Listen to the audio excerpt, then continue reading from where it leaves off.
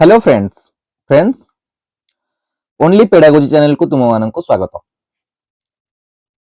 Friends पूर्व class रे हमें कौन पढ़ी ना पूर्व क्लास रे हमें आवेगिक विकास रो क्रोधटे पढ़ी जे शिशु को क्रोध कहीं आसे तार निराकरण करिवार उपाय ये सब विषय में आलोचना करथिले।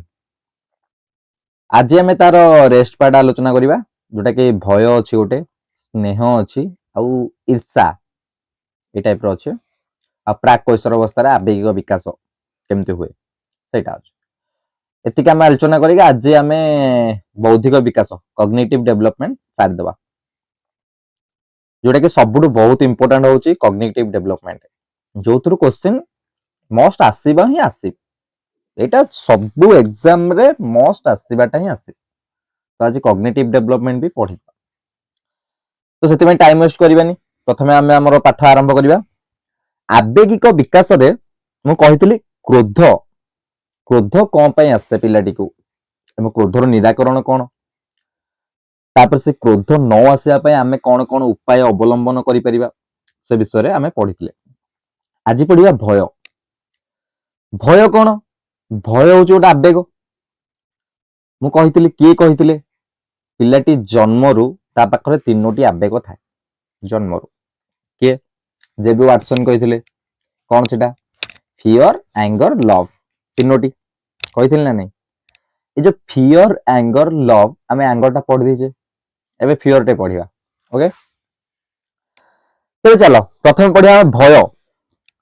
भय प्रकृति रे पढ़िया पूर्वरु भय गोटे आवेग पिलाटी मन रे भय आसीबा एटा होचे जे नुई डेफिनेटली ता मन रे भय आसीबो एबो हां भयटा होची आमे ता मनरु किपरि दूर करिबा गोटे टीचर हिसाब रे हो किबा गार्डियन हिसाब रे हो तांकर मनरु केमती भयटा दूर करिबा से प्रति किछि पंथा अवलंबन करिबा कोन करिबा दरकार एबो संपूर्ण भयटी दूर करिबा उचित नुहे सबु जिंसरो भय दूर करिबा उचित नुहे आगु हम जानिबा से कोन कोन भय दूर करिबा जोटा केमती माने अजथा भय जेमती कहंती माने पूर्व काल रु किछु गोटे चलचे किछु गोटे पंथा माने रीतिनीति चली आछि से जिनसना ही करी जीवा अरे हे सेबे से रीतिनीति आरंभ होबार कारण कोन आमे जानि कि जानि मे भी तांकर अलगा किछि हेतै पारे मे भी तांकर किछि प्रॉब्लम हेतै पारे सेति पय से पंथा आरंभ करथिले कार्यटा तांकर से प्रॉब्लम सरी गला किंतु से रीतिनीतिटा आज पर्यंत चली आछि। भूत मन करे भूत कथा गप पूरा आमे कही कही पिला को पूरा माने भयभीत करे दउछ अवश्य सेटा गोटे गल्प किंतु कौन पिलाटीर गोटे इमोशन गोटे आवेग को से होचे सृष्टि करछ ना नहीं भय किंतु कौन पिलाटी बुझे ना से जो गल्प अछि ताहा सत्यता आधारित 100% सत्यता आधारित सेति पय से बहुत भय करे किंतु गोटे गल्प गल्प भी तीन प्रकार रो अछि सेटा हम आगु जदि हो पढिबा सेटा सेकंड ईयर रे अछि गल्प भी तीन प्रकार रो अछि। तो जो गोटे गल्प माने कौन जहा देर होची 80 कि 90% मनगढ़ा कहानी थाए छोट पिला जोटा कुहा जाए सत्य गल्प भी अछि सत्य गल्प नहीं सत्य गल्प भी अछि किंतु जो भूत आईमा कहानी एगुडा सब कौन ना गोटे असुर थिला राजा थिले ए सब प्रायतः मनगढ़ा कहानी तो पिला मन रे जो भयटी सृष्टि होची से भयर कारण खोजिबा एवं से भय को भय पिला भीतर रहिबा दरकार एवं को गुडी को पिला भय न करिबा दरकार से विषय रे आलोचना करी। तो प्रथम आज हम भय देखिबा कोन अछि भय कोन देइचे से देला केतेक वस्तु बा परिस्थिति को भय करिबा शिशुर जन्मगत गुण अटे केतेक वस्तु पर जन्मगत गुण तार केमिति कोन कोन जन्मगत गुण भय रे कोन लिखा देखिबा पिलाटी को छोट छोट छोट छुआ आइतिबे तो लाइट ऑफ कर दो कांदी पूरा लाइट ऑफ कर देले भय लागिला हठात गोटे अचिन्हा मनुष्य तांका पाखो हठात पहुंची केमती अनेब से भय करिवो हठात गोटे जोर साउंड कर दबो से भय करिवो एसब होची पिला भितर कोन ना होची कि ना 6 वर्ष पर्यंत भी चलता है पिलाटी भय सांग सांग करे हठात ତମେ ଏମିତି ଲାଇଟ ଟା ଜଳୁଥିବ ଗୋଟେ ଘର ଭିତରେ ରଖିଦବ, ତାକୁ ଲାଇଟ ଟା ଅଫ୍ କରି କହିଦବ ଭୂତ ଆସିଲା, ସେ ପୁରା ଭୟ କରିଯିବ ହେଲା। ଏଇସବୁ ହଉଛି ଭୟର ପ୍ରକୃତ କାରଣ ଛୋଟ ଛୁଆଙ୍କ ପାଖରେ। ସେ କଣ ଦେଲା ନା ଜନ୍ମ ପରେ ଶୈଶବ ଅବସ୍ଥାରେ ଜୋର ଶବ୍ଦ ଶୁଣିଲେ, ହଠାତ୍ ଏକ ଉଜ୍ଜଳ ଆଲୋକ ଆଖିରେ ପଡିଲେ, କୌଣସି ଅଚିହ୍ନା ବ୍ୟକ୍ତି ଶିଶୁ ପାଖକୁ ହଠାତ୍ ମାଡି ଆସିଲେ, ଦେଖ କଣ କହିଥିଲି ସେଇ ସବୁ ଅଛି ନା ନାଇଁ, ଶିଶୁଟି ଭୟଭୀତ ହୋଇପଡେ। 2 ବର୍ଷରୁ 6 ବର୍ଷ ମଧ୍ୟରେ ଶିଶୁ ଅନ୍ୟ ବ୍ୟକ୍ତି ବା ପରିସ୍ଥିତିକୁ ଭୟ କରିଥାଏ। 2 ବର୍ଷରୁ 6 ବର୍ଷ ଭିତରେ କଣ ନା କିଛି ଗୋଟେ ପରିସ୍ଥିତି ସିଚୁଏସନ, ଲାଇନ ଟା କଟିଗଲା, ସେ ଗୋଟେ ସିଚୁଏସନ ତାକୁ ଭୟ କରିଥାଏ 2 ବର୍ଷରୁ 6 ବର୍ଷ ଭିତରେ। ତାପରେ କଣ ସାଧାରଣତଃ ଶିଶୁଟି ଯଦି ଅନ୍ଧକାର ମଧ୍ୟରେ ଥାଏ କିମ୍ବା ସେ ଯଦି ନିସଙ୍ଗତା ଅନୁଭବ କରେ ମାନେ ଏକୁଟିଆ ଅନୁଭବ କରେ, ତେବେ ସେ ଭୟ ପାଇଥାଏ, ତେବେ ସେ ଭୟ କରିଥାଏ। କିନ୍ତୁ କଣ ନା 6 ବର୍ଷ ପରେ ସେ କେମିତି କେମିତି ଭୟ କରିଥାଏ, ଦେଖ ସବୁ ଜିନିଷ ଅପଗ୍ରେଡ ହେଇଯାଉଛି, ଭୟ ବି ଅପଗ୍ରେଡ ହେଇଯିବ ତମର। ଯୋଉ ଜିନିଷଟା ଆଇମା କାହାଣୀ ଅସୁର କଥା ଆଉ ଭୂତ କଥା କହିଲେ ତମ ପିଲା ବେଳେ ଭୟ କରୁଥିଲ, ଏବେ ତମକୁ ଯଦି ଏଇନା ଗୋଟେ ପିଲାଟା ବଡ ପିଲା କି ଗୋଟେ ଛୋଟ ପିଲାଟା ମାନେ 6 ବର୍ଷ ପ୍ଲସ ହେଇଥାଇପାରେ, ଯଦି ସେ ପିଲାଟିକୁ ଆମେ ଆଇମା କାହାଣୀ କିମ୍ବା ଭୂତ କଥା କହିବା, ସେ ପିଲାଟି ଭୟ କରିବ? ମତେ ଲାଗୁନି କାହିଁ ଭୟ କରିବ ବୋଲି। ସିଏ କହିବ ଏଗୁଡାକ ମିଛ କଥା ଗୁଡା ତମେ କହୁଛ। ଠିକ ସେମିତି ଏଠି କଣ ଦେଲା, ସେ ଭୟ କଣ କରିବ 6 ବର୍ଷ ପରେ ନା ଘଡଘଡି ଶବ୍ଦ, କୁକୁର, ବାୟା, ଭୂତ, ପ୍ରେମ, କାଳ୍ପନିକ ବିପଦ, ଘର ଦ୍ୱାର ଉପରେ ଠିକ ଠକ୍ ଠକ୍ ଶବ୍ଦ, ଖଟ ତଳ ପରୀକ୍ଷାକୁ 6 ବର୍ଷରୁ 13 ବର୍ଷ ମଧ୍ୟରେ ଭୟ କରିଥାଏ। ଜାଣିଲ କଣ କଣ ଭୟ କରିଥାଏ? ଦୁଆରେ କିଏ ଗୋଟେ ଠକ୍ ଠକ୍ ବାଡେଇଲା ରାତିରେ, ଗୋଟେ ଗୋଟେ ଜାଗାରେ ଖଟର ସେ କଣ୍ଟା ଗୁଡା ଲୁଜ ହେଇଯାଇଥିବ, ସେ ହେଲେ ଏମିତି ସାଉଣ୍ଡ ହଉଥିବ, କବାଟ ପବନ ହେଲେ ଖୋଲିବ, ଏଗୁଡାକ ହଉଛି ସେତେବେଳେ ତାକୁ ଭୟ ଲାଗେ। ଘଡଘଡି ଜୋର ହଠାତ୍ ମାନେ ଦେଖ ପ୍ରଥମେ ବିଜୁଳି ତାପରେ ଘଡଘଡି, କଣ ପାଇଁ? ଲାଇଟ ର ସ୍ପିଡ ଅଧିକ, ସାଉଣ୍ଡ କମ୍ପେୟାର ଟୁ ସାଉଣ୍ଡ ରୁ ଲାଇଟ ର ସ୍ପିଡ ଅଧିକ, ତ ଘଡଘଡି ମାରିବା ପୂର୍ବରୁ ଗୋଟେ ବିଜୁଳିଟେ ମାରେ, ଲାଇଟ ଟା ଦେଖାଯାଏ, ତାପରେ ଘଡଘଡି ଦେଖାଯାଏ, କାରଣ ସାଉଣ୍ଡ କଣ ହଉଛି କମ ସ୍ପିଡ ଗତି କରେ, ଲାଇଟ ଟୁ କମ ସ୍ପିଡରେ ଗତି କରେ, ତ ଲାଇଟ ଟା ଆଗୁଆ ଦେଖାଯାଏ। କିନ୍ତୁ ଏଇଟା କଣ ନା 6 ବର୍ଷରୁ 12 ବର୍ଷ ଭିତରେ ସେ ହୁଏତ ହଠାତ୍ ସେ ଜାଣିନଥିବ, ହଠାତ୍ ବସିଥିବ ଲାଇଟ ଟା ମାରିଲା, ବିଜୁଳି ମାରୁଛି, ଘଡଘଡି ପୁରା ଜୋରରେ ଗୋଟେ ମାରିବ, ଡରିବ ନା ନାଇଁ? ନିଶ୍ଚିନ୍ତ ଡରିଯିବ। ବାସ୍ ଏଇ କଥା ଏଇଠି ଲେଖା ହେଇଛି। ତାପରେ କଣ ଆଉ ଗୋଟେ ସବୁଠୁ ଇମ୍ପୋର୍ଟାଣ୍ଟ ଜିନିଷ, କଣ ପରୀକ୍ଷାକୁ, ସେ ପରୀକ୍ଷାକୁ 6 ବର୍ଷ ପରୀକ୍ଷା 13 ବର୍ଷ ପରୀକ୍ଷାକୁ ବହୁତ ଭୟ କରେ। ପରୀକ୍ଷା ଭୟ କରେନି? କହିବା ଆଜି ସବୁ ପଢିକି ଆସିଥିବ, କାଲି ସବୁ ପଢିକି ଆସିଥିବ, କାଲି କ୍ଲାସରେ ଟେଷ୍ଟ ହବ, ଯିଏ ଦେଖିବା କିଏ ଭଲ ମାର୍କ ରଖୁଛି, ଦେଖିବ ଅଧା ପିଲା ସ୍କୁଲ ଆସିନଥିବେ କି ଅଧା ପିଲା ଟ୍ୟୁସନ ଆସିନଥିବେ। କଣ ପାଇଁ? ତାଙ୍କୁ ପରୀକ୍ଷାକୁ ଭୟ ଲାଗେ। ଏଇଟା ହଉଛି କଣ 6 ବର୍ଷରୁ 13 ବର୍ଷ ପର୍ଯ୍ୟନ୍ତ।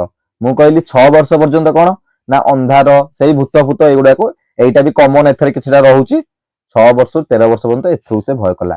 ଏସବୁ ଆମେ ଦେଖ ଆବେଗିକ ବିକାଶରେ ଭୟ ସ୍ନେହ ଏଗୁଡାକରେ ବେଶୀ ଟାଇମ ନବାନି, କାରଣ ଏଗୁଡିକ ବହୁତ ଲେସ୍ ଦେନ୍ 2 କୋଶ୍ଚିନ୍, 2 1 ମାନେ ବହୁତ ଗୋଟେ ବି ପଡେ ନ ପଡେ, ସେଥିପାଇଁ ଆବେଗିକ ବିକାଶ ବେଶୀ ଫୋକସ ନୁହେଁ, କାରଣ ଆବେଗିକ ବିକାଶରୁ ସେତେ କୋଶ୍ଚିନ୍ ଆସେନି, କାରଣ ସେଥିରେ କୋଶ୍ଚିନ୍ ହିଁ କାହିଁ। ତମ ପ୍ରେମ, ଭୟ, କ୍ରୋଧ ଏଗୁଡାକ ଉପରେ ପଚାରିବ, ତମେ ଏଟା ଅପସନ ଦେଖିକି ବି ଏଲିମିନେଟ କରିପାରିବ। 4ଟା ଅପସନ ରୁ ଗୋଟେ ହଉଛି କିନା ତ ବାଛି ପାରିବ ନା, ପିକ୍ କରିପାରିବ, ତ ଏଗୁଡାକୁ ସେ ଦିଏନି, କାରଣ ଏଇଟା ଖାଲି ତମର ଗୋଟେ ଅଣ୍ଡରଷ୍ଟାଣ୍ଡିଂ କଣ ଡିଏଲଇଡି ଏକ୍ସାମ ରେ ପଡିଲା କଣ କରିବ, ଲେଖିବ ନା ନାଇଁ? ସେଥିପାଇଁ ସେଇ ପ୍ରସ୍ପେକ୍ଟିଭରୁ ଏଇଟା ହଉଛି ସେତିକି ଇମ୍ପୋର୍ଟାଣ୍ଟ। ତାପରେ କଣ ମୋଟ ଉପରେ କହିବାକୁ ଗଲେ କୌଣସି ଅପରିଚିତ ବ୍ୟକ୍ତି, ବସ୍ତୁ ବା ଅପରିଚିତ ଘଟଣା ସମ୍ମୁଖୀନ ଶିଶୁ ଭୟଜାତ ହୁଏ। ଶିଶୁ ବଡ ହେଲେ କେତେକ ଗଳ୍ପ ବହି ପଢି କାଳ୍ପନିକ ଅସୁର, ଭୂତ ପ୍ରେତ ଏଗୁଡା ଦେଖି ଭୟ କରିବା ଶିଖିଥାଏ। ବର୍ତ୍ତମାନର ଛୁଆ କିଛି ଭୟ କରୁନାହାନ୍ତି, କିଛି।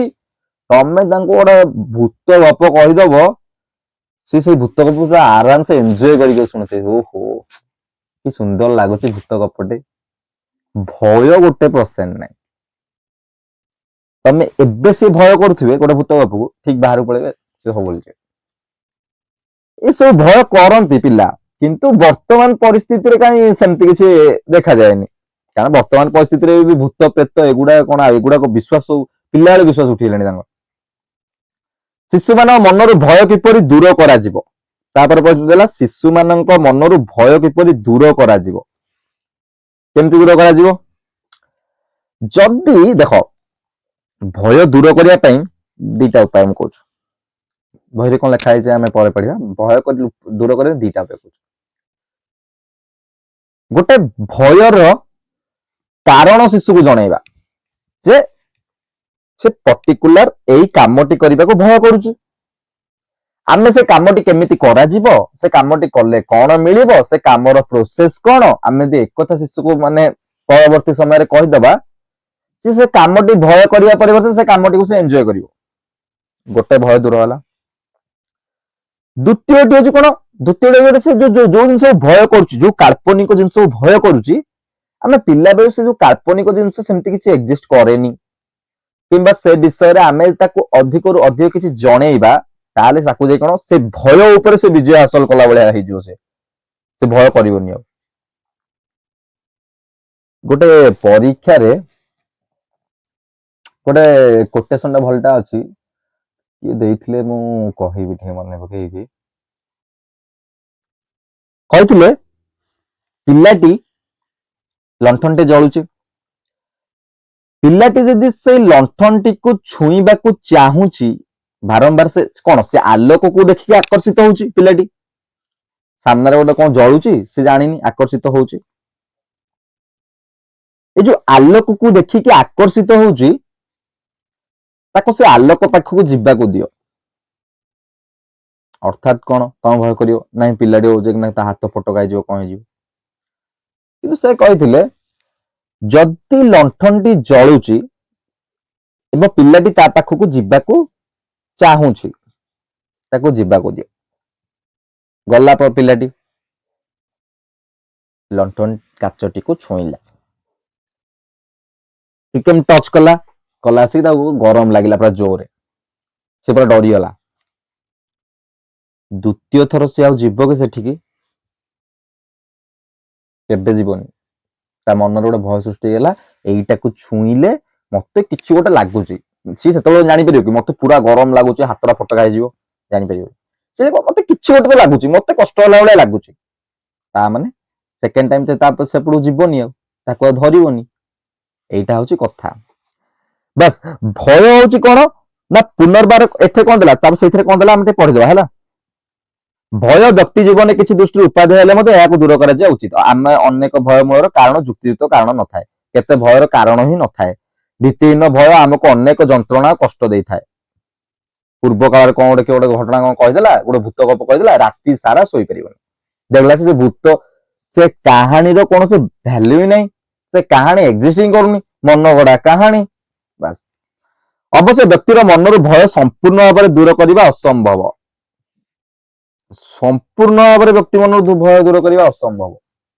केबे संपूर्ण भाव दूर हो पारिबनी दूर हो पारिबो कि केबे हो पारिबनी ये जो भय दूर करने पाई जो भयटी को दूर करने पाई तमे लक्ष्य चेष्टा कले भी संपूर्ण भाव में गोटे पिला बा व्यक्ति पाखरु भय दूर करि परिबनी से जे कोन जिंस देखि आउथरे भय करियो एटा गोटे कोन एटा गोटे से जन्मरु भय बोली ता पाखरु गोटे आवेगटा अछि तमो एना देखना कुआ जे तम कहू ना मु कोनोसी जिंस को भय करूनी जेमिति ना जेमिति गोटे जिंस तम भय करियो आरे किछ न से अंधारु जिया भय करथु एबे भी भूत गोटे गप शुणी कि रातिरे भूत गप शुणी बाहर को जिया भय लगे भय जन्मरु पिला भितर गोटे भय अछि हम से भयटा जिते चेष्टा कले भी संपूर्ण भाव में दूर करवाटा असंभव किंतु जो जिंस को से भय करूची सेही जिंस प्रति भय दूर कर ही परिबो संपूर्ण रूपे न हेले भी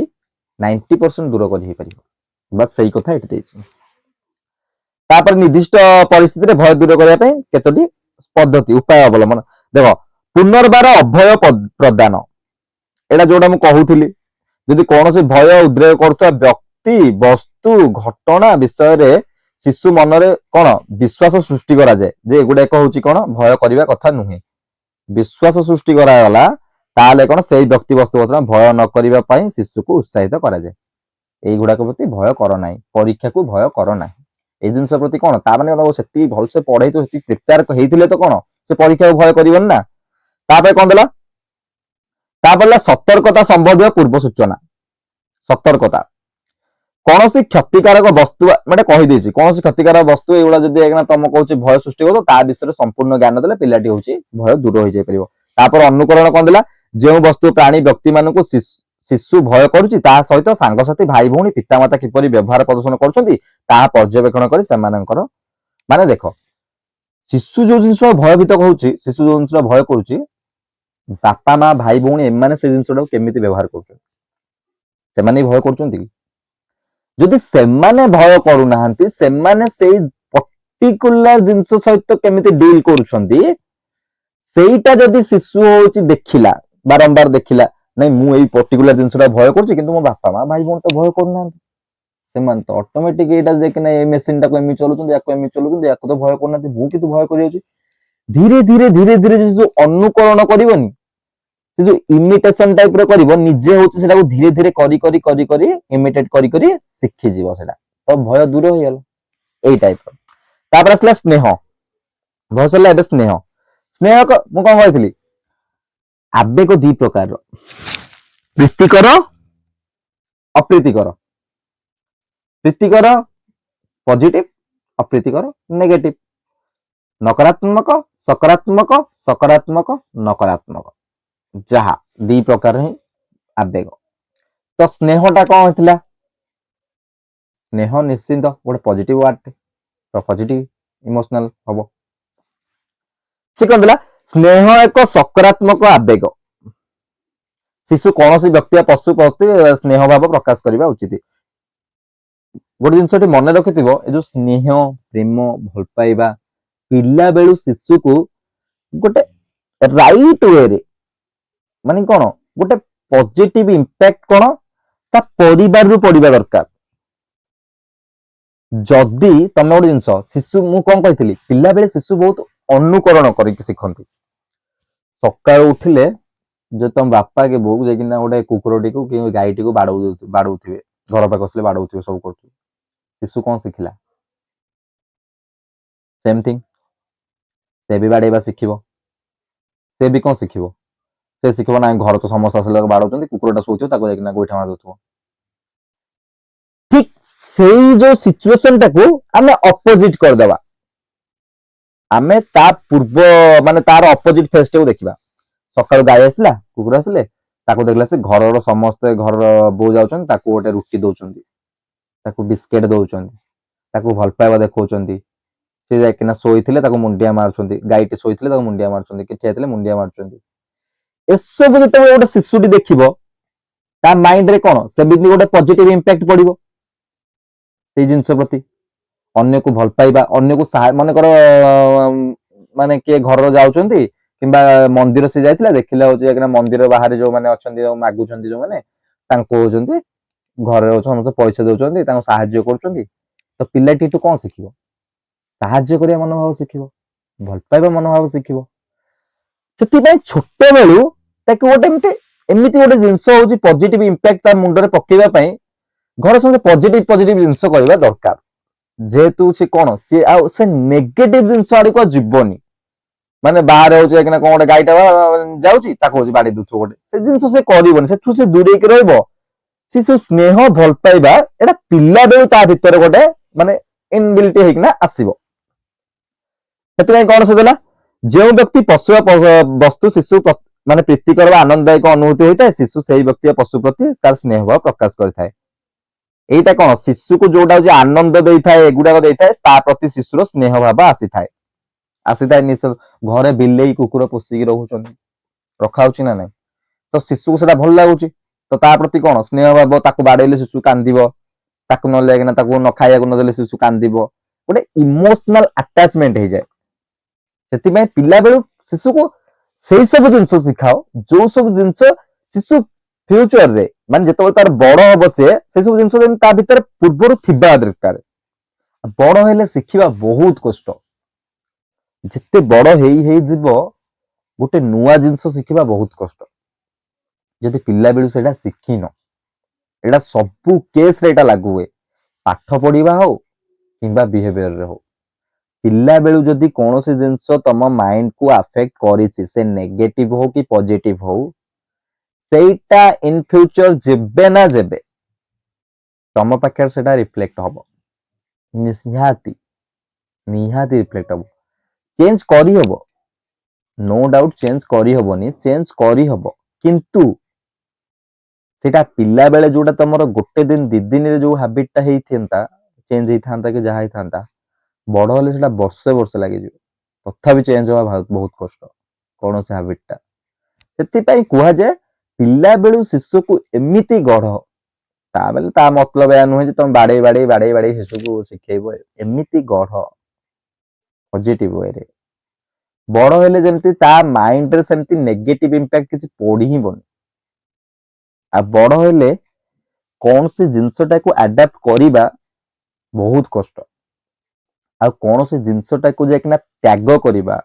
सेटा भी कष्ट सेति पई कोन तापर टॉपिक आसीबा वास्तव में देखिया गले स्नेह प्रेम भल पाइबा को द्विपाक्षिक प्रक्रिया स्नेह देले स्नेह मिले give respect and take respect जदि तमे सम्मान दब सम्मान पाइब जदि तमे परीक्षा पाई 100% एठी देइथिबो ताले परीक्षा रे 100% पाइब 100% न पाइले भी तम परिश्रम कुआडे वृथा जीवन आज नहीं तो काली निश्चिंत मिलिबो बस ठीक से कथा छाड़ एथि कौन देला ना वास्तव में देखा गले स्नेह प्रेम भल पाइबा एक द्विपाक्षिक प्रक्रिया जन को तुम देखना मन कर जन को तुम देख ता प्रति मन कर तुम सब साहाଯ୍य कल जहाँ कल एटा प्रकृति एबे वर्तमान काम करनी छाड़ से कथा मनीष मान पक्ष तो जमा नुहे मनीष मान पक्ष कुकुर को तुम आज गोटे बिस्किट देथिबो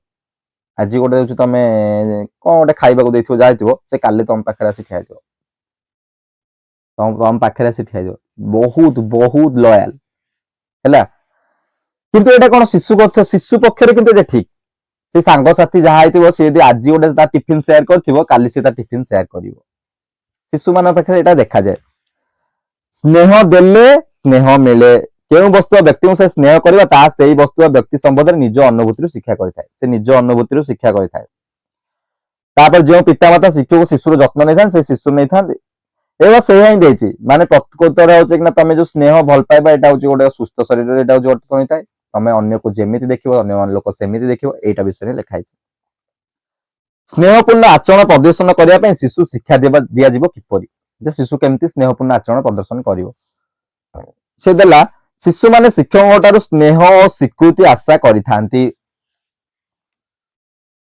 शिशु माने कोन करथांती शिशु माने टीचर मानकठू तांको जो शिक्षक अछंती तांकोठू स्नेह और ममता आशा करथांती शिशु माने शिक्षक स्नेह करती जो माने सेमानक प्रति दयालु सहानुभूति और स्नेह प्रकाश करथांती तेणु स्नेह देले स्नेह मिले तमे जदि गोटे शिशु को तमे पूरा माने सांग बेले भाबुथिबो पूरा सब बेले ताको माने ताको शिक्षा दउथबो सिखौथिबो भल भल जिंस ताको सेते माने बाडा बेटा करू नथिबो ताल तमे देखना से शिशुटी को पूरा गोटे भल पिला गठन भल माने पूरा गठन करिबा ताको नउथिबो एबो ता प्रति आइकिना कोन सेते माने अवहेलित कर नथिबो अन्य मानु देखि ताको छान माने अवहेला दृष्टि न देखुथिबो से शिशु भी देखना तमे ता पय गोटे आइडियल बेस्ट टीचर होई परिबो तुम कोन तमरो तम स्कूल रे सब भल टीचर के से पिलाटी देखना जो जी ता पय भल तो से ता नाटा ही कहबो जे जण को गोटे स्टूडेंट आइडियल हवा दरकार शिशु जेपर निज विषय अधिक चिंतामग्न न रहे से निमंते जत्नवान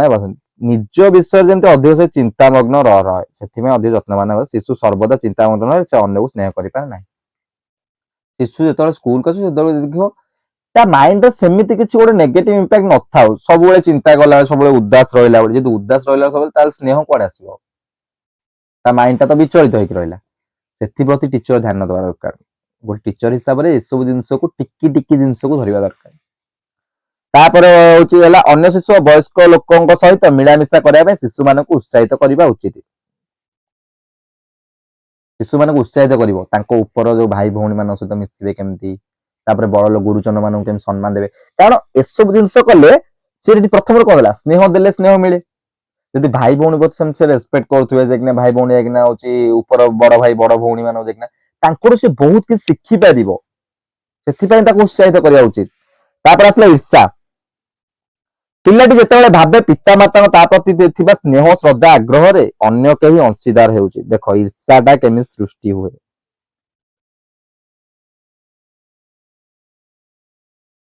ପିଲାଟା ଦେଖିଲା ଘରେ ଦି ଭାଇ ଅଛନ୍ତି, ମା ବାପା ଗୋଟେ ଛୁଆକୁ ବହୁତ ବହୁତ ବହୁତ ଭଲ ପାଉଛନ୍ତି, ଅନ୍ୟ ଛୁଆଟା ଅବହେଳିତ ହଉଛି। ନିଶ୍ଚିନ୍ତ ଅନ୍ୟ ଛୁଆଟି ମନରେ ଈର୍ଷା ହବ, ବାପା ତା ପାଇଁ ସବୁ ଆଣି ଦଉଛନ୍ତି, ମୋ ପାଇଁ କିଛି ଆଣୁନାହାନ୍ତି। ଈର୍ଷା ସୃଷ୍ଟି ହବ ନା ନାଇଁ? ସ୍କୁଲରେ ବି ଠିକ ସେମିତି। ଯଦି ଟିଚର ଗୋଟେ ଷ୍ଟୁଡେଣ୍ଟକୁ ସବୁଠୁ ଭଲ ପାଇବେ, ଗୋଟେ ଷ୍ଟୁଡେଣ୍ଟ ପାଇଁ ହିଁ ସବୁ କିଛି କରିବେ, ଅନ୍ୟମାନଙ୍କୁ ଅବହେଳିତ କରିବେ, ତାହେଲେ ନିଶ୍ଚିନ୍ତ ଅନ୍ୟମାନଙ୍କ ମଧ୍ୟରେ ଈର୍ଷା ଭାବ ସୃଷ୍ଟି ହବ। ଏଇଟା ହଉଛି ଗୋଟେ ଆମର ଗୋଟେ ଆବେଗ, ବୁଝିଲ? ଏଇ ଆବେଗଟି ମୁଁ ପ୍ରଥମରୁ କହିଛି, ଆବେଗ ଗୁଡିକ ପରମାନେଣ୍ଟ ନୁହନ୍ତି। ଯଦି ସେଇ ଟିଚର ପରବର୍ତ୍ତୀ ମୁହୂର୍ତ୍ତରେ ଯଦି ସେ ପିଲାଟି ଯେ ଈର୍ଷା କରୁ ତା ପ୍ରତି ଭଲ ବ୍ୟବହାର କରିବ, ତାହେଲେ ତାର ସେଇ ଈର୍ଷା ଭାବଟି ଦୂର ହେଇଯିବ, ସ୍ନେହରେ ପରିଣତ ହେଇଯିବ, ବୁଝିଲ? ସେହିପରି ଶିକ୍ଷକ କେତେକ ନିର୍ଦ୍ଦିଷ୍ଟ ପିଲାଙ୍କୁ ସବୁବେଳେ ପ୍ରଶ୍ନ ପଚାରିଲେ, ଦେଖିଲ ଏଇଟା ପଢିଦେଇଛେ ଆମେ। ଈର୍ଷାନ୍ୱିତ ଅବସ୍ଥାରେ ଶିଶୁଟି ପ୍ରତିକ୍ରିୟା ଦୁଇ ପ୍ରକାର ହୋଇପାରେ। ଈର୍ଷାନ୍ୱିତ ଅବସ୍ଥାରେ ଶିଶୁର ପ୍ରକ୍ରିୟା ଦୁଇ ପ୍ରକାର ହୋଇପାରେ। ଅନ୍ୟ ପିଲାମାନଙ୍କୁ ମାରିବା, କାମୁଡିବା, ଠେଲିଦେବା, ଆମ୍ପୁଡିବା, ଗୋଇଠା ମାରିବା, ଚିମୁଡି ଦେବା, ଏଗୁଡାକ। କଣ୍ଢେଇ ଛଡେଇ ଆଣିବା ପ୍ରତ୍ୟକ୍ଷ ପ୍ରତିକ୍ରିୟା, ବିଛଣା ପରିସ୍ରା କରିବା, ନଖ କାମୁଡିବା, ଫିଙ୍ଗାଫିଙ୍ଗି କରିବା, ଛିଡେଇବା, କଣ୍ଢେଇ ଭାଙ୍ଗିବା ଶିଶୁର ଈର୍ଷାନ୍ୱିତ ଅବସ୍ଥାରେ ପରୋକ୍ଷ ପ୍ରତିକ୍ରିୟା। ଈର୍ଷାନ୍ୱିତ ହେଲେ ସେ ଏଇ ଅବସ୍ଥା କରିବ। ମାନେ ତମକୁ ଯାଇକିନା ଗୋଟେ ଖାଇବାକୁ ଦେଇଥିବ, ନାଇଁ ମୁଁ ଖାଇବିନି ଯା, ତା ରାଗ ଆସିବ ନା? ଈର୍ଷାଟା ହଉଛି ୱାନ୍ ଟାଇପ ଅଫ କ୍ରୋଧ, ମାନେ ଗୋଟେ ଆଙ୍ଗର ଉପରେ କିନା ଗୋଟେ ପ୍ରକାର ଆଙ୍ଗର, ସେ ମାନେ କ୍ରୋଧ, ସେଟା କଣ ଈର୍ଷା ଭାବ ସୃଷ୍ଟି, ଈର୍ଷା ଦ୍ଵାରା ସେଟା ରିଫ୍ଲେକ୍ଟ ହଉଛି। ତାପରେ କଣ ହେଲା, ଶିଶୁର ଈର୍ଷା ଭାବ ଦୂର କରିବା ପାଇଁ ନିମ୍ନତ କେତୋଟି ଉପାୟ ଅବଲମ୍ବନ କରାଯାଇପାରେ। ଈର୍ଷା ଭାବ ଦୂର କରିବା ପାଇଁ ଗୋଟିଏ ଶିଶୁର ବ୍ୟବହାର ଅନ୍ୟ ଶିଶୁର ବ୍ୟବହାର ଗୋଟେ କମ୍ପାରିଜନ କରିବ ନାହିଁ, ସମସ୍ତଙ୍କୁ ସମାନ ଭାବରେ ଦେଖିବ, ଇକ୍ୱାଲିଟି ଏଠି ମେଣ୍ଟେନ କରିବ। ଦେଖ ଗୋଟେ ଅଛି ଇକ୍ୱାଲିଟି, ଗୋଟେ ଅଛି ଇକ୍ୱିଟି। ସବୁବେଳେ ଇକ୍ୱିଟି ଦେଖିବ, ସମତା, ସମାନତା, ସମତା, এই দুইটা বিষୟରେ ଆମେ ପଢିବା ଇନକ୍ଲୁସିଭ ଏଜୁକେସନରେ। ମୁଁ ସେଟା କହିବି କଣ, ବହୁତ ବଢିଆ ପଏଣ୍ଟଟା। ସବୁବେଳେ ସମତା ଚେଷ୍ଟା କରିବ, ବୁଝିଲ? ଆଗକୁ ପଢିବା। ଗୋଟିଏ ଶିଶୁକୁ ଅନ୍ୟ ଶିଶୁ ସମ୍ମୁଖରେ ଅତ୍ୟଧିକ ପ୍ରଶଂସା କରିବା ଉଚିତ ନୁହେଁ। ଗୋଟିଏ ଶିଶୁକୁ ଅନ୍ୟ ଶିଶୁ ଆଗରେ ସବୁବେଳେ ଯଦି ଗୋଟେ ଶିଶୁକୁ ହିଁ ପ୍ରଶଂସା କରିବ, ଗୋଟେ ଶିଶୁ ହିଁ ସବୁବେଳେ, ଅନ୍ୟ ଶିଶୁଟି ଈର୍ଷା କରିବ।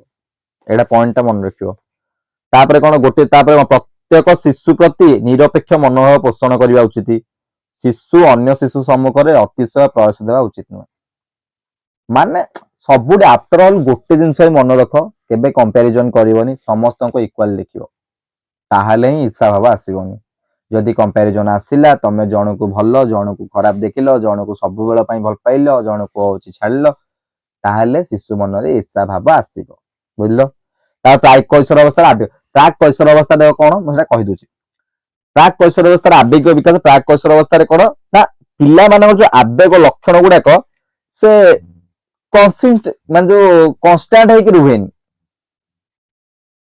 ଆବେଗ ସବୁବେଳେ ତ କନଷ୍ଟାଣ୍ଟ ହେଇକି ରୁହେନି, ଆବେଗ ଚେଞ୍ଜ ହୁଏ। କିନ୍ତୁ ଏଟା କଣ, ହଠାତ୍ ରାଗିଯିବା, ଟିକେ କଥାରେ ଚିଡଚିଡା ହେବା, ଏଗୁଡା ହଉଛି କଣ ପ୍ରାକ୍ କୈଶୋର ଅବସ୍ଥାରେ ଏଗୁଡାକ ହଉଛି ଆସିଥାଏ। ତାପରେ ଯୋଉ ବ୍ୟସ୍ତ, ଦୁଶ୍ଚିନ୍ତା, ଚିଡଚିଡା ହୋଇଥାନ୍ତି, ଏଗୁଡାକ। ପ୍ରାକ୍ କୈଶୋର ଅବସ୍ଥାରେ ଆବେଗିକ ବିକାଶ ଉପରେ ସେତେ ଧ୍ୟାନ ଦିଆଯାଏନି, କାରଣ ପିଲା ବେଳୁ ହିଁ ସେଟା ଧ୍ୟାନ ଦିଆଯାଇଥାଏ। ତ ଆବେଗିକ ବିକାଶର ଏଥିରେ ହଉଛି କଣ ନା, ହଉଛି ଏଥିରେ ପ୍ରକୃତରେ ଦେଇଛି, ଦେଖ ସେ ଦେଇଛି ପ୍ରାକ୍ କୈଶୋର ଅବସ୍ଥାରେ, କହିବି ସର୍ଟକଟରେ, ଡିଫରେଣ୍ଟ ଜେଣ୍ଡର ଆଟ୍ରାକ୍ଟ ହୁଅନ୍ତି ପ୍ରାକ୍ କୈଶୋର ଅବସ୍ଥାରେ। ଏଇଟା ହଉଛି ଆବେଗ, ପୁଅ ଝିଅ। ତାପରେ ସେମାନଙ୍କ ମନରେ ଯାଇକିନା ସବୁ ଯାଇକିନା କଣ, ଯାଇକିନା ଆଡୋଲେସେନ୍ସ ପିରିୟଡ ଯେତେବେଳେ ଯାଇକିନା, ଆଡୋଲେସେନ୍ସ ପିରିୟଡ ସେଟା କଣ ଷ୍ଟାର୍ଟିଂ ଟା ନା ନାଇଁ, ସେ ସମୟରେ ସବୁ ଯୋଉ ଚିନ୍ତା ଗୁଡାକ ଆସିବା କଥା ସେଗୁଡିକ ଆସିଥାଏ। ପ୍ରାକ୍ କୈଶୋର ଅବସ୍ଥାରେ ହଠାତ୍ କୌଣସି ଜିନିଷକୁ ଦେଖି ସେ ରାଗିଯିବେ, ହଠାତ୍ କୌଣସି ଜିନିଷ ଦେଖିକିନା ଖୁସି ହେଇଯିବେ, ଏସବୁ ଜିନିଷ ମାନେ ଗୋଟେ ମାଇଣ୍ଡର ଗୋଟେ ଇନଷ୍ଟାବିଲିଟି ରହିଥାଏ। ତାପରେ ହଉଛି କଣ, କେତେ ସମୟ ନିଜ ମାନେ ନିଜ ଦେହ ସ୍ୱରୂପ ଏଗୁଡାକ ଦେଖିକି ନା ମାନେ ସେ ନିଜ ପ୍ରତି ସେଲ୍ଫ କନସିୟସନେସ୍ ହେଇଯାଆନ୍ତି। ସେଲ୍ଫ ସେଥିପାଇଁ ତାଙ୍କର କଣ ସେ ସବୁବେଳେ ଯାଆନ୍ତି best, I M the best, ଏଇଭଳି ମନୋଭାବ ତାଙ୍କର ରାସ୍ତା। ଏଗୁଡା ହଉଛି ତାଙ୍କ ଆବେଗ। ବର୍ତ୍ତମାନ ସରିଲା ଇଏ ହଉଛି ଆବେଗିକ ବିକାଶ। 30 ମିନିଟ୍ ତ ହେଇଗଲାଣି। ଆଜି ଆଉ ବୌଦ୍ଧିକ ବିକାଶ ଲାଗୁନି ପଢି ହବ ବୋଲି। ଯାହା ବି ପଢା ହଉଛି, ଗୋଟେ କଥା କହିବାକୁ ଚାହୁଁଛି, ଯାହା ବି ପଢା ହଉଛି କେବେ ଭାବନି ଯେ ଏଗୁଡାକ ବହୁତ ନର୍ମାଲ ଜିନିଷ, ବହୁତ ନର୍ମାଲ ଜିନିଷ ହେଇଯିବ। କେବେ ସେ ଭୁଲ କରନି। କାହିଁକି ନା ଧାଡିରେ ଯୋଉ ଜିନିଷଟା ଲେଖା ହେଇଛି ପରୀକ୍ଷାରେ ବି ସେଇ ଗୋଟେ ଧାଡି ଆସିଥିବ। ଏଠି ଯୋଉ ଜିନିଷଟା ଡାଇରେକ୍ଟ କହିଦେଲା ପରୀକ୍ଷାରେ ସେ ଜିନିଷ ଡାଇରେକ୍ଟ ପକେଇବନି। ବାସ୍ ଏତିକି ମନେ ରଖ। এইটা ଯଦି ତମର ମାନେ କଣ ଡାଇରେକ୍ଟ ତମେ ଏଠି ଯଦି ଗୋଟେ ଧାଡି ପଢିଲ ସେ ପରୀକ୍ଷାରେ ପକେଇବ, ସେ ଧାଡିରୁ ତମେ ବୁଝିଲ କେତେ? ମୋ କଥାଟା ବୁଝ, ମୁଁ କଣ କହିବାକୁ ଚାହୁଁଛି। ମୁଁ ପଢିଲି ଦଶରଥଙ୍କ ପୁତ୍ର ରାମ। ଦଶରଥଙ୍କ ବଡ ପୁଅର ନାଁ ରାମ। ଧାଡିଟା ପଢିଲି ବହିରେ। এইটা ହଉଛି ତମର ବୁକ୍ ର ଫେସ୍, ଯୋଉଟା ତମେ ପଢିଲ। Are you getting my point? এইটা ହଉଛି ଏକ୍ସାମ ର ଫେସ୍, ଯୋଉଟା ତମେ ବୁଝିଲ। ତମେ ପଢିଲ କଣ? ଦଶରଥଙ୍କ ବଡ ପୁଅ ରାମ। ସେ ପରୀକ୍ଷାରେ ପକେଇବ ରାମ ଦଶରଥଙ୍କର କେଉଁ ପୁଅ, କେତେ ନମ୍ବର ପୁଅ? ରାମ ଦଶରଥଙ୍କର କେତେ ନମ୍ବର ପୁତ୍ର? କଣ ପଢିଲ? ଦଶରଥଙ୍କ ବଡ ପୁଅ ରାମ। କରିଦେବି ପଳେଇଲ ତମେ ଟୋଟାଲି ଏଇଟା ଗୋଟେ ଜିନିଷ ଦେଇଛି ପରୀକ୍ଷାରେ ପକେଇଲା ରାମ ଦଶରଥଙ୍କର କେତେ ନମ୍ବର ପୁତ୍ର? ଆନ୍ସର କୋଉଠି ଅଛି ଜାଣିଛ? ଏତେ ଯୋଉ ପଢିଥିଲ ବଡ, ଗୋଟେ ୱାର୍ଡଟା ପଢିନଥିଲ ବଡ, ବଡ ପୁତ୍ର, ବଡ ପୁଅ। ତମେ ତ ପଚାରିଲାନି, ସେ ତମକୁ ତ ଡାଇରେକ୍ଟ ପଚାରିଲାନି ଦଶରଥଙ୍କର ରାମ ଦଶରଥଙ୍କର ଡ୍ୟାସ ପୁତ୍ର। ବାସ୍ ତଳେ ବଡ ଛୋଟ ସେମିତି ଦେଇଦେଲାନି, ବଡ ତମେ ଲେଖିଦବ, ସିଏ ନୁହେଁ। ପଚାରିଲା ରାମ ଦଶରଥଙ୍କର କେତେ ନମ୍ବର ପୁତ୍ର? ଯଦି ସେଠି ବୁଝିଥିବ ଜଣେ, ତାଙ୍କର ମନେକର ତାଙ୍କର 4 ଭାଇ ଥିଲେ, 4 ଭାଇ ଭିତରୁ ରାମ ବଡ ଥିଲେ, ମାନେ ରାମ 1 ନମ୍ବର, ତ ପ୍ରଥମ ସନ୍ତାନ 1 ନମ୍ବର ପୁତ୍ର। ବୁଝିଲ? ବୁକ୍ ଇଣ୍ଟରଫେସ୍, ଏକ୍ସାମ ଇଣ୍ଟରଫେସ୍, ଦିଟା ଯାକ ଭିତରେ ବହୁତ ଫରକ ଥାଏ। ଏଠି ଯଦି ତମେ ଡାଇରେକ୍ଟ ପଢୁଛ, ଏଠି ତମେ ଅଣ୍ଡରଷ୍ଟାଣ୍ଡିଂ ଦରକାର। ପେଡାଗୋଜି ହଉଛି ସବୁବେଳେ କାହା ଉପରେ ଫୋକସ କରେ? ଅଣ୍ଡରଷ୍ଟାଣ୍ଡିଂ ଉପରେ। ଡାଇରେକ୍ଟ ଯାହା ପଢୁଛ ସେଇଟା ସମସ୍ତେ ପଢିବେ ଡାଇରେକ୍ଟ, କିନ୍ତୁ ପରୀକ୍ଷାରେ କ୍ୱେଶ୍ଚିନ୍ ଆସିବ ଅଣ୍ଡରଷ୍ଟାଣ୍ଡିଂ, ଡାଇରେକ୍ଟ ନୁହେଁ। କାହିଁକି ସେ ଡାଇରେକ୍ଟ ଦବ? ଯଦି ଡାଇରେକ୍ଟ ଦବାର ଥିଲା ତାହେଲେ ସେ କଣ୍ଟେଣ୍ଟ ହିଁ ଠିକ ଥିଲା। କଣ୍ଟେଣ୍ଟ ହିଁ ଠିକ, ଡାଇରେକ୍ଟ ଦବାର ଥିଲା। ଯଦି କଣ୍ଟେଣ୍ଟରୁ ଡାଇରେକ୍ଟ କଣ୍ଟେଣ୍ଟ ପଢିଲ, ପେଡାଗୋଜି ଶିକ୍ଷା ଶାସ୍ତ୍ର ମାନେ ତମେ ଯଦି ଏଠି ତମ ଅଣ୍ଡରଷ୍ଟାଣ୍ଡିଂ ରହିବ, ତାହେଲେ ତମେ କଣ ହବ ଜାଣିଛ? ପିଲା ପାଖରେ ତମର ସେ ଅଣ୍ଡରଷ୍ଟାଣ୍ଡିଂଟା ତମର ଯଦି ଏଠି ଡେଭଲପ ହେଇଥିବ, ପିଲା ପାଖରେ ତମର ସେ ଅଣ୍ଡରଷ୍ଟାଣ୍ଡିଂଟା ହଉଛି ନା କଣ, ତା ପାଖରେ ମଧ୍ୟ ଡେଭଲପ କରିବାକୁ ଚେଷ୍ଟା କରିବ। ପିଲାଟିକୁ କୋଉ ଜିନିଷ କରିବାଟା ଠିକ, ପିଲାକୁ କଣ କରିବା, ପିଲା କୋଉ ସମୟରେ କଣ କରନ୍ତି, ଏଇ ଅଣ୍ଡରଷ୍ଟାଣ୍ଡିଂଟା ତମ ପାଖରେ ଥିଲେ ପରବର୍ତ୍ତୀ ସମୟରେ ସେ ପିଲା ପାଖରେ ତମେ ସେ ଅଣ୍ଡରଷ୍ଟାଣ୍ଡିଂଟା ଡେଭଲପ କରିପାରିବ। କଣ କହୁଛି ବୁଝିପାରୁଛ? ସେଥିପାଇଁ ୱାର୍ଡ ଉପରେ, ବହିର ୱାର୍ଡ ଉପରେ ଧ୍ୟାନ ଦିଅ, ନୋ ଡାଉଟ ଧ୍ୟାନ ଦବନି ନୁହେଁ, କିନ୍ତୁ ସେ ଯୋଉ କଥାଟି କହୁଛି କଣ କହିବାକୁ ଚାହୁଁଛି ସେ, ସେଇଟା ବୁଝିବା ନିହାତି ଦରକାର। ଏଇଟା ହଉଛି ପେଡାଗୋଜି। ବୁଝିପାରିଲ? ତ ଆଜିର କ୍ଲାସକୁ ଏଇଠି ରଖିବା। ନେକ୍ସଟ କ୍ଲାସରେ ବହୁତ ଇମ୍ପୋର୍ଟାଣ୍ଟ କ୍ଲାସଟେ ପଢିବା, ଯୋଉଟା ହଉଛି ବୌଦ୍ଧିକ ବିକାଶ। ଯାହା ଭିତରୁ କ୍ୱେଶ୍ଚିନ୍ 100% ସିଓର ସବୁ टीचिंग एग्जाम रे महान व्यक्ति जीन पियाजे तांका विषय पढ़िया से केमती विकास को stage stage stage stage wise देइथिले जोटा कि विकास continue process development is a continue process but से को कहिथिले ताको भाग भाग करके देइथिले